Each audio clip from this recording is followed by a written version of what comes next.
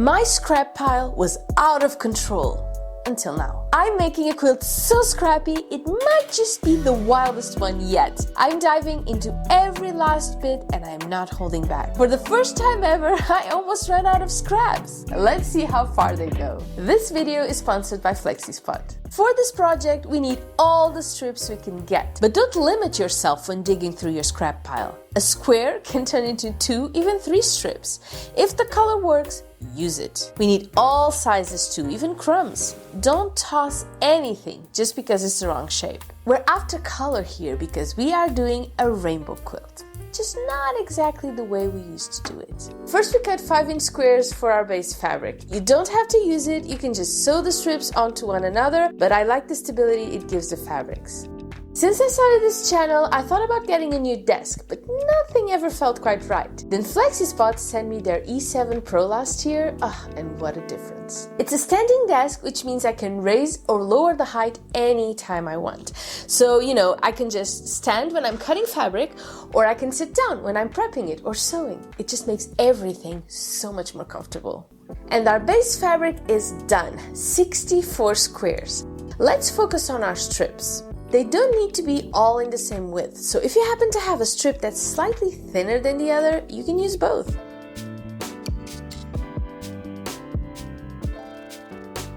I like to cut my fabric while standing. It just makes it easier to measure and cut accurately. But with a regular desk, I was always hunched over, and by the end of the day, my back really felt it. But with the E7 Pro, I can adjust the height exactly how I need it. There's a button for sitting, one for standing, and you can easily adjust and save whatever height feels right for you. So now, I just press here and the E7 desk lowers to the perfect height for my machine.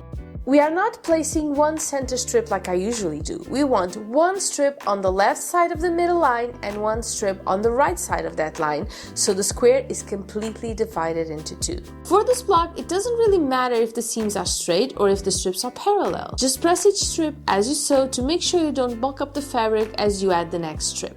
But honestly, even if you do, it won't show. It's such a forgiving, awesome pattern. I really, really love it. And I really, really love this desk. It is perfect for quilting. It's quiet, incredibly sturdy, and strong enough to lift up to 440 pounds without wobbling. It is going to last a long, long time. And I found it surprisingly easy to assemble. And if you go to FlexiSpot's website, you can choose from a range of desktop sizes and materials to fit your space and style. FlexiSpot gives you a 15-year warranty and even a 30-day money-back guarantee, so you can try this desk risk-free. I honestly cannot recommend FlexiSpot enough. If you've been wishing your workspace just worked better for you, this might be exactly what you need. Use my code SANDY50 at checkout and save an extra $50 on your own E7 Pro. Your body will feel the difference, trust me. I'm leaving a link in the description so you can take a look. Now, all we need is to trim it, and this is our very first block. Moving on. Can't forget to cut the contrast strips, and that's the whites and beiges. We need them to be really, really light so our pretty colors will pop out. Now, I don't own enough light fabrics for this project. I prefer color, but that's okay. What I do is I turn the fabrics over and immediately they become several shades lighter and perfect for what I need.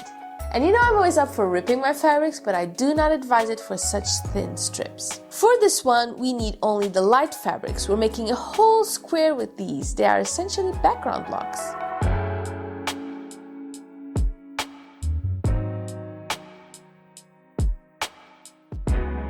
And this is what we get.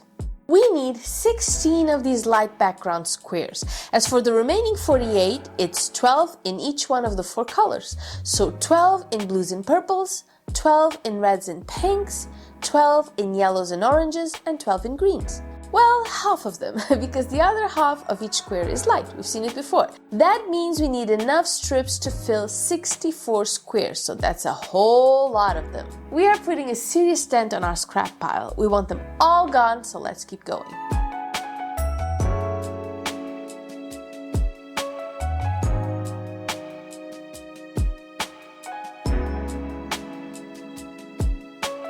Another reason why I absolutely love string quilts is because this process right here is as free flow as they come. We just make sure we divide the square. You can even draw a line like I did if that helps. As long as we do that, we don't have to think much about what we're doing. We just keep adding them and watch our block grow until all the white from the base fabric is covered, and we move on to the next. By the time we're done with these blocks, they will kind of look like half square triangles. That's the look we're going for here, except the different strips give it such a special vibe.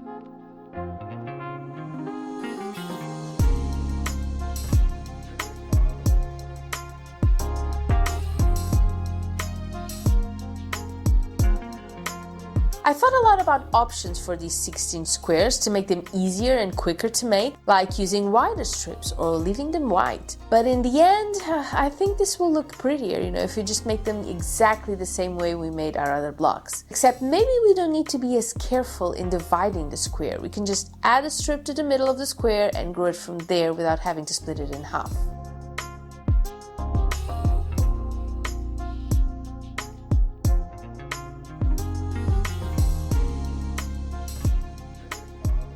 And before we know it, we are done. Our 64 quilt blocks are ready to go. This is what we're working with today, and before I show you what I have in mind, I want to play with it a little bit.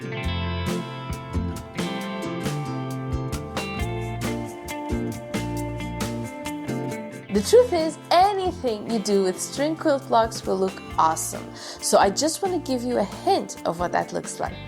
Ugh, so pretty.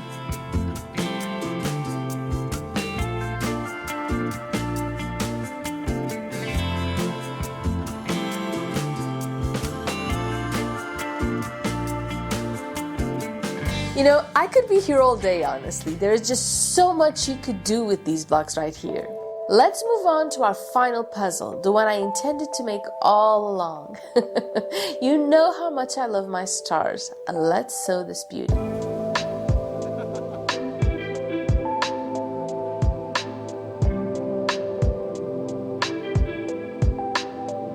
I would say anyone who sews produces scraps. We can't have zero waste projects all the time unless you're doing the exact same pattern over and over again. So, unless you throw them away, you've got them stashed somewhere, hoping to do something with them. For years, I would keep them hidden until it was declutter day, and then I would just throw them out. It felt so wrong, so wasteful. I knew I had to do something about it. And that's when it became my mission to find scrappy projects like this one to use all my scraps.